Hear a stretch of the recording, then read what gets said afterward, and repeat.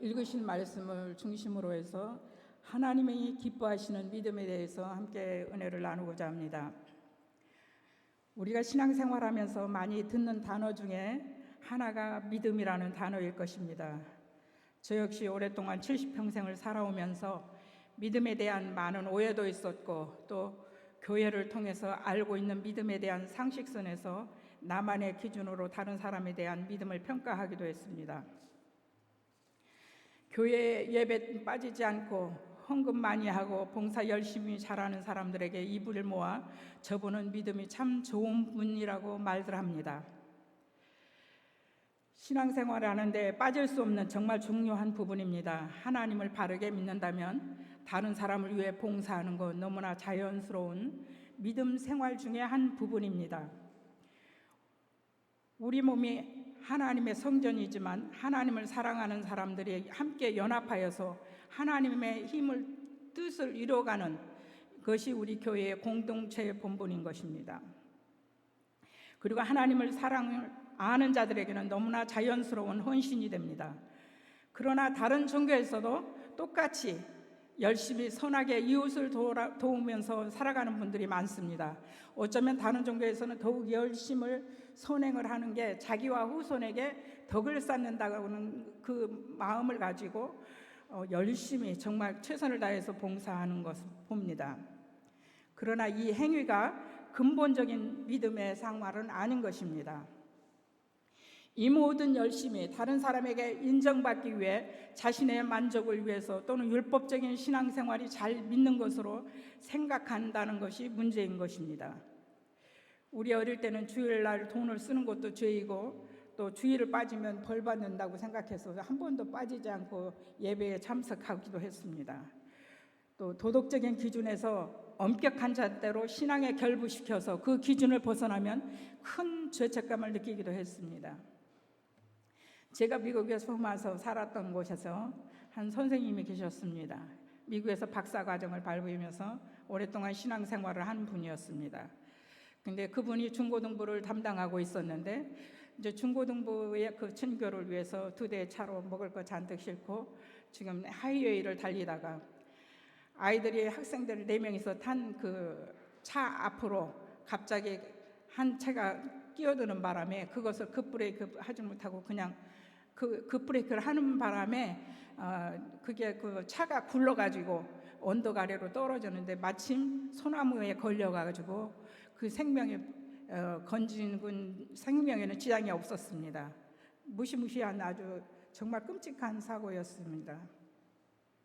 그래서 그 수습을 하고 같이 병원에 저도 갔었는데 그 선생님이 하는 말이 오늘 아침 내가 새벽 기도를 안 하고 왔더니 이런 사고가 났다는 말에 저는 엄청난 충격을 받았습니다. 하나님이 새벽 예배 한 번 안 갔다고 이런 사고가 났다면 이 얼마나 잘못된 믿음을 가지고 있는지 알게 됩니다. 우리는 크고 작은 나름대로의 자기의 생각을 따라서 여러 가지로 오해하고 있는 그런 신앙생활에 문제점들이 많은 것을 알게 됩니다.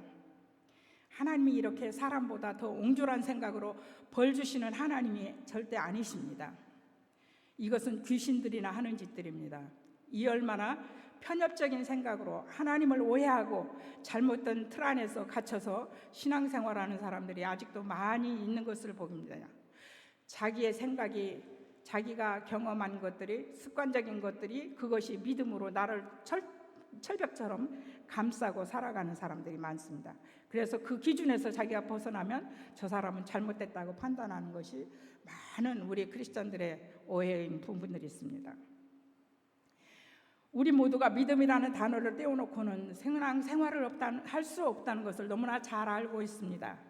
그런데 너무나 잘못된 믿음으로 주변에서 우리의 마음을 혼돈케 하고 또 사회를 흔들어 놓고 개인과 관계를 흔들어 놓는 모든 일들과 결과들을 보기도 합니다.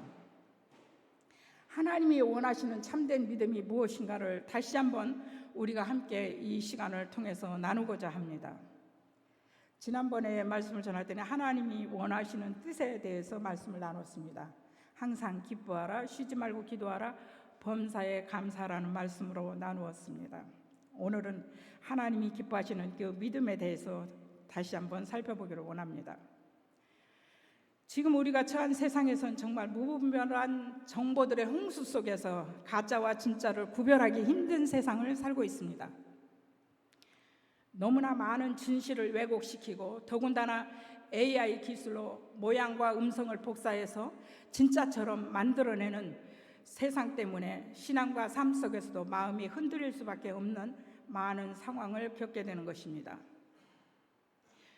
이러한 가운데서 우리가 어떠한 믿음을 가져야 우리가 흔들리지 않고 마지막 때에 하나님 앞에 설 때에 잘했다 칭찬받는 믿음으로 우리가 살아갈 수 있을까? 이걸 우리는 지금 함께 살펴볼 수 있기를 원합니다. 믿음에 대한 정의에 대해서 AI한테 한번 물어봤습니다.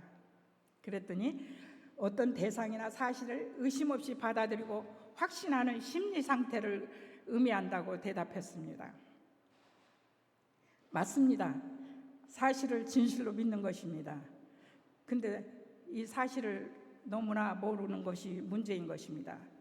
우리가 모두가 살아가면서 이 믿음이 얼마나 소중한 단어라는 것을 다 알고 있습니다.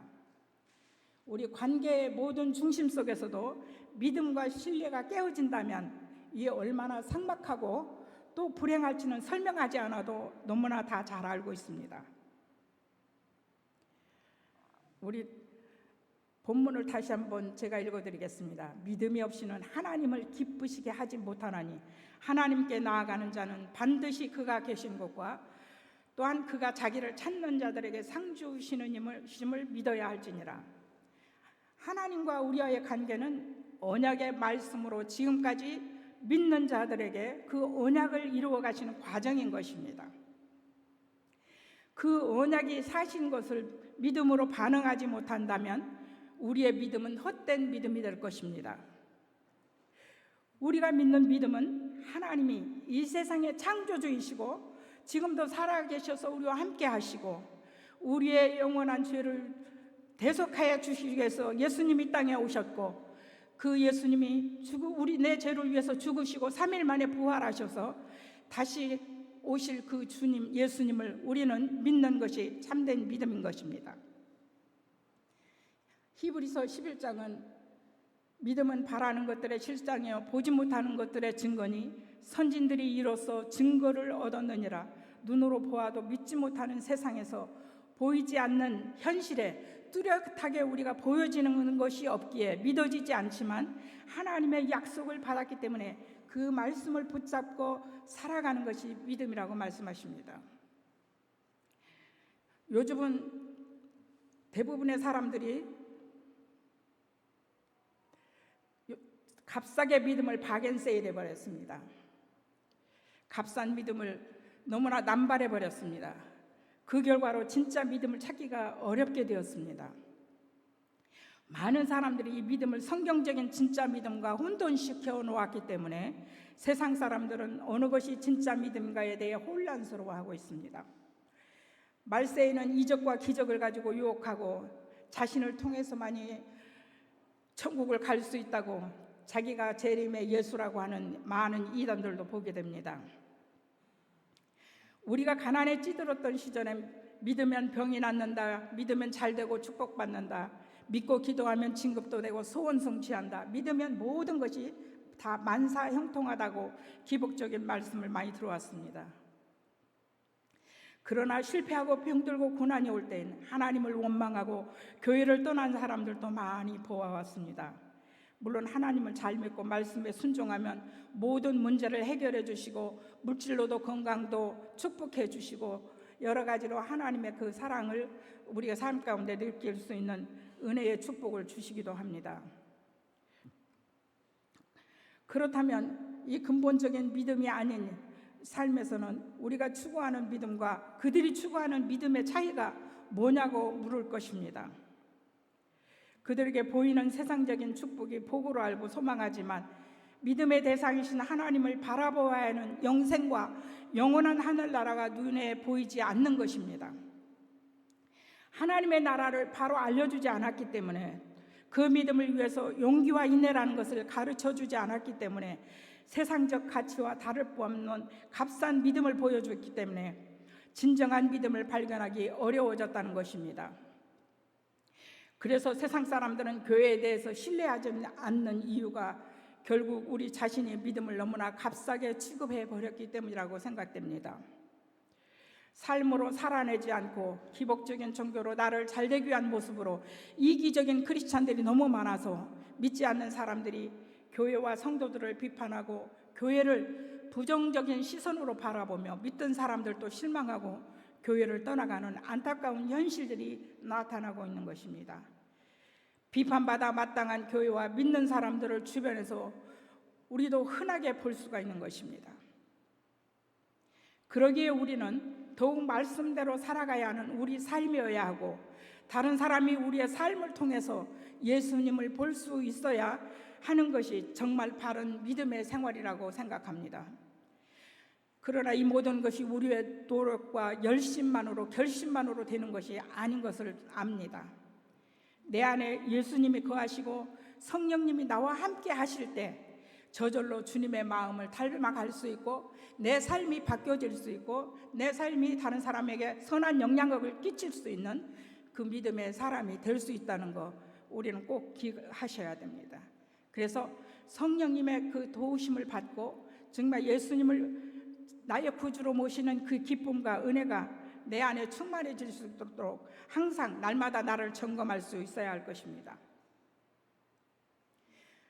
성경은 6,000년 전에 예언된 말씀으로 한치의 오차 없이 그대로 이루어가고 있는 오늘의 현실이라는 것 아셔야 되는 것 사실입니다.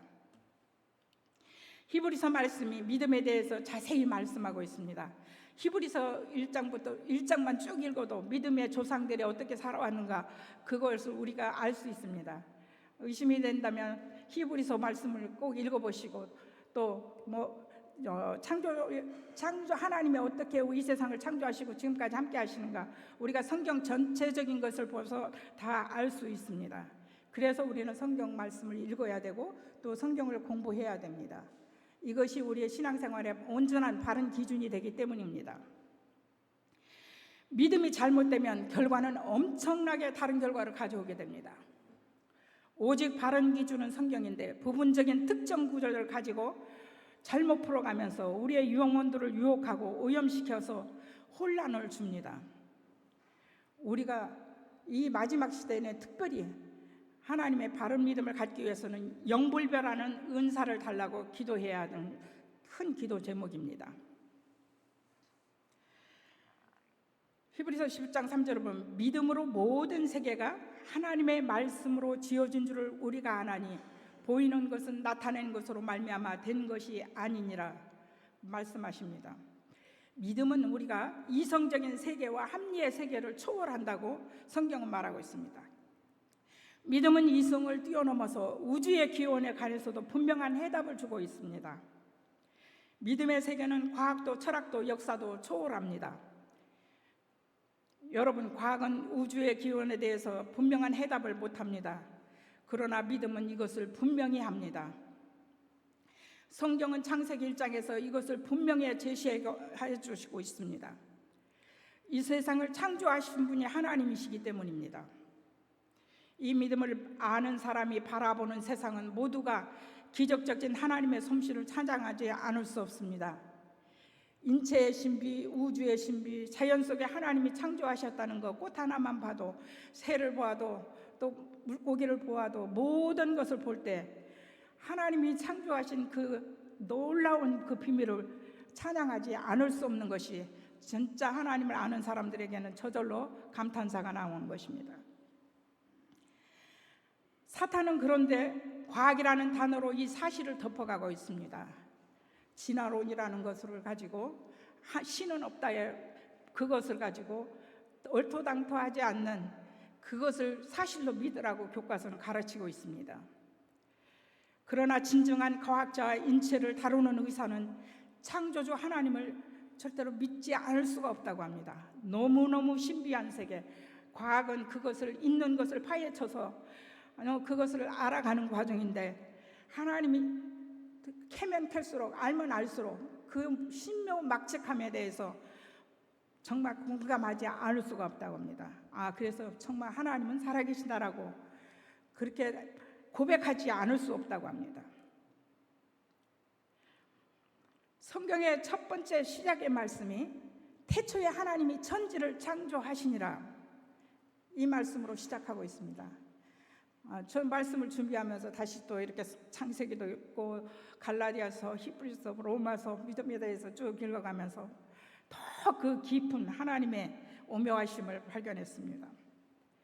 하나님이 정말 가지각색으로 골고루 인간을 어떻게 풀도 나무도 바다도 하늘도 빛도 모든 것을 하나님이 창조하신 이 창조의 세계, 이렇게 선명하게 하나님의 말씀에 기록되어져 있는데 이 말씀을 오늘 우리는 너무나 믿지 않고 다른 것으로 대체하고 있는 것입니다.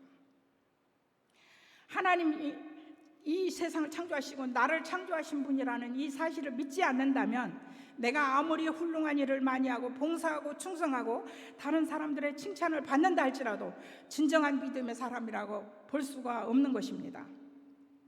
하나님이 살아계셔서 지금도 우리와 함께 하십니다.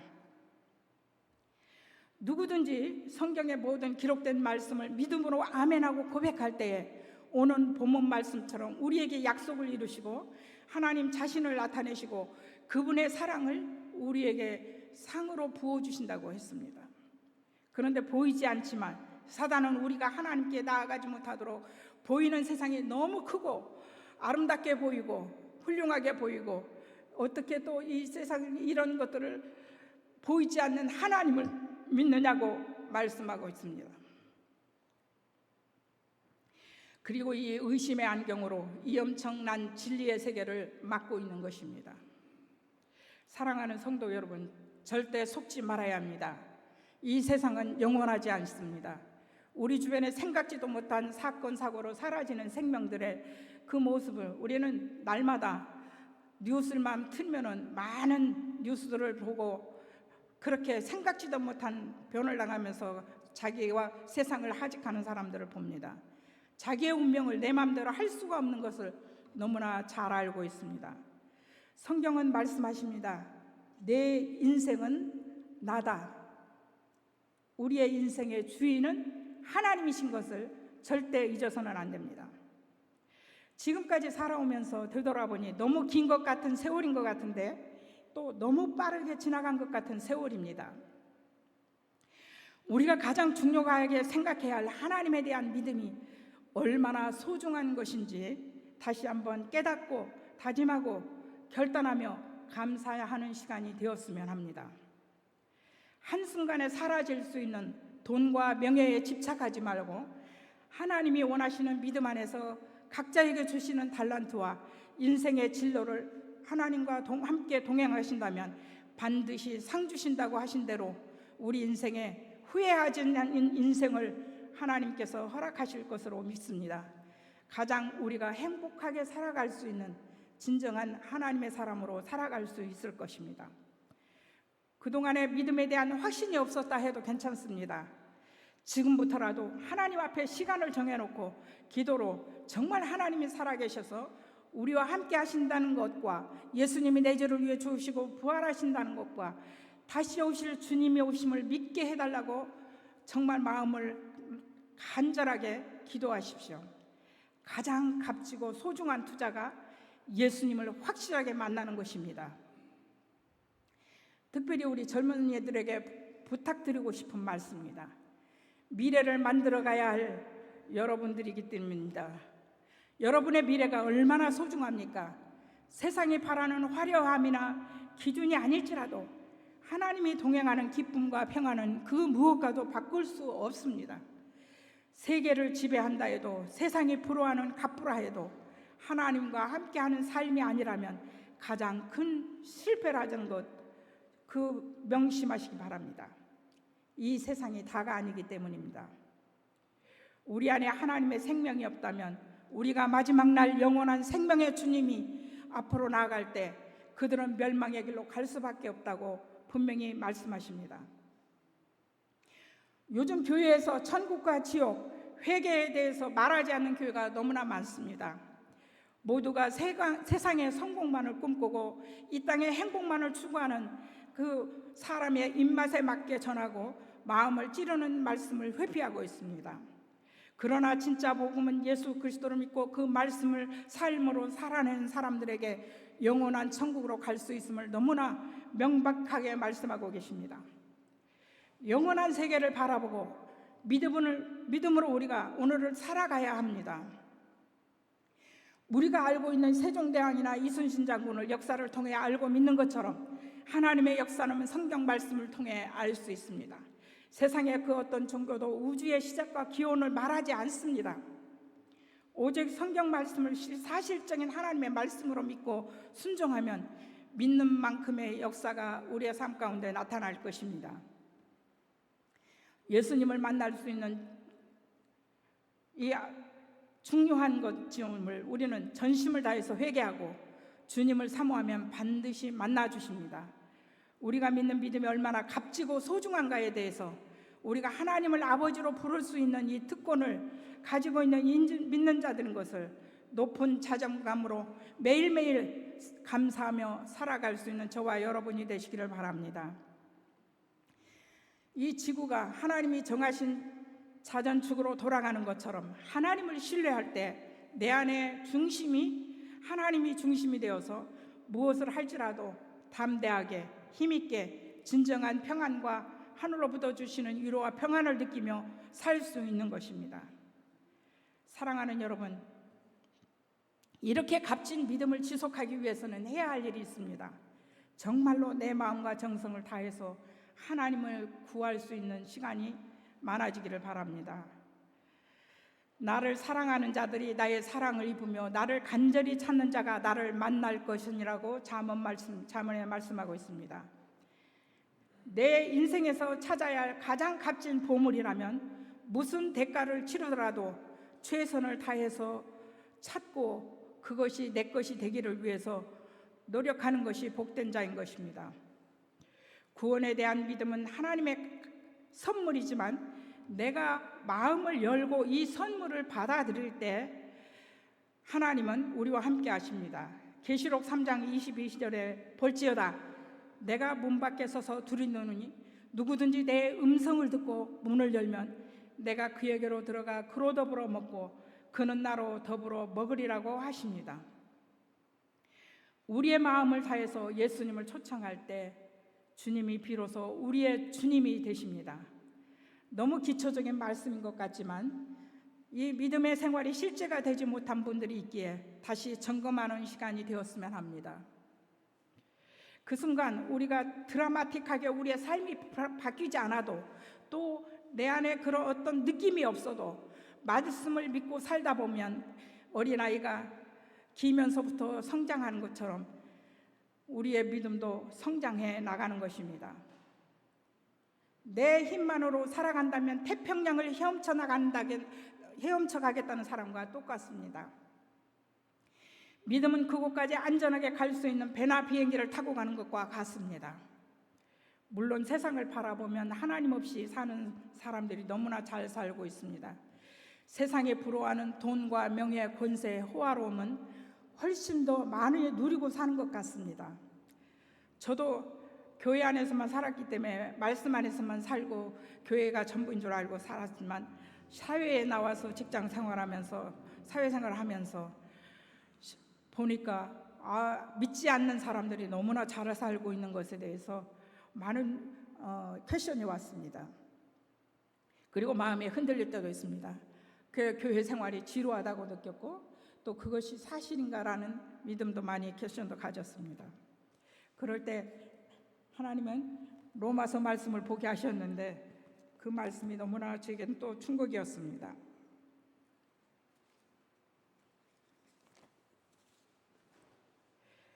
그때 로마서 말씀에 창세로부터 그의 보이지 아니하는 것과 그의 영원하신 능력과 신성이 그가 만드신 만물에 분명히 보여 알려졌나니 그러므로 그들이 핑계하지 못할지니라. 하나님을 알되 하나님을 영화롭게도 아니하며 감사하지도 아니하고 오히려 그 생각이 허망하여지며 미련한 마음이 어두워졌나니 스스로 지혜 있다 하나 어리석게 되어 썩어지지 않은 하나님의 영광을 썩어질 사람과 새와 짐승과 기어다니는 동물 모양의 우상으로 바꾸었느니라. 그때 제 가슴이 너무 뜨거웠습니다. 하나님이 분명하게 보이셨는데 내 생각에 허망한 생각을 하고 그들을 오히려 부러워하고 멸망할 그들과 나를 비교할 수 있었다는 것이 부끄럽게 느껴졌습니다. 이 세상이 전부라면 우리의 믿음은 헛된 것입니다. 그러나 다시 한번 말씀드리지만 베드로전서 1장 24절에 그러므로 모든 육체는 풀과 같고 그 모든 영광은 풀의 꽃과 같으니 풀은 마르고 꽃은 떨어지되 오직 주의 말씀은 세세토록 있도다라고 말씀하십니다. 이 세상의 삶이 우리의 전부가 아니기 때문입니다. 죽음 이후에 반드시 영원한 세계가 있는 그곳, 하나님과 함께하는 천국이 우리의 소망인 것입니다. 그것이 우리가 목적인 것입니다. 이 은혜를 확실히 알고 믿는 사람은 세상의 그 어떤 곳과도 바꿀 수 없는 기쁨과 평안을 누리며 다른 삶을 살게 됩니다. 우리 기독교는 그래서 변화의 거라고 합니다. 예수님을 구세주로 믿고 받아들인 후 개인의 성품, 가치관, 행동의 변화를 경험한 수많은 간증들은 밤을 새워서 아니 몇 권의 책을 읽어도 너무나 많은 정보들이 있습니다. 우리가 관심을 갖고 믿음을 갖기 위해 노력하면 수없이 많은 정보들이 있습니다. 그런데 성경은 감추인 보화처럼 너희는 눈이 있어도 보지 못하고 귀가 있어도 듣지 못한다고 말씀하십니다. 같은 공간에 같은 것을 들어도 오직 믿음으로 반응하는 자에게만 들리고 볼 수 있는 것입니다. 그것이 오늘 선택받은 우리인 것입니다. 그러므로 우리는 이 세대를 본받지 말고 오직 마음을 새롭게 함으로 변화를 받아 하나님의 선하시고 기뻐하시고 온전하신 뜻이 무엇인지 분별해야 합니다. 하나님을 위해서, 나의 자신의 삶을 위해서 오늘도 살아가는 동안 비록 이 땅에서는 사는 날이 힘들고 어려워도 고난과 시련이 온다 해도 오늘 우리와 함께 하시는 하나님을 신뢰함으로 더욱 큰 소망을 가지고 살아갈 수 있는 저와 여러분, 우리 비전교회 모든 성도님들이 되시기를 간절히 소망합니다. 기도하시겠습니다.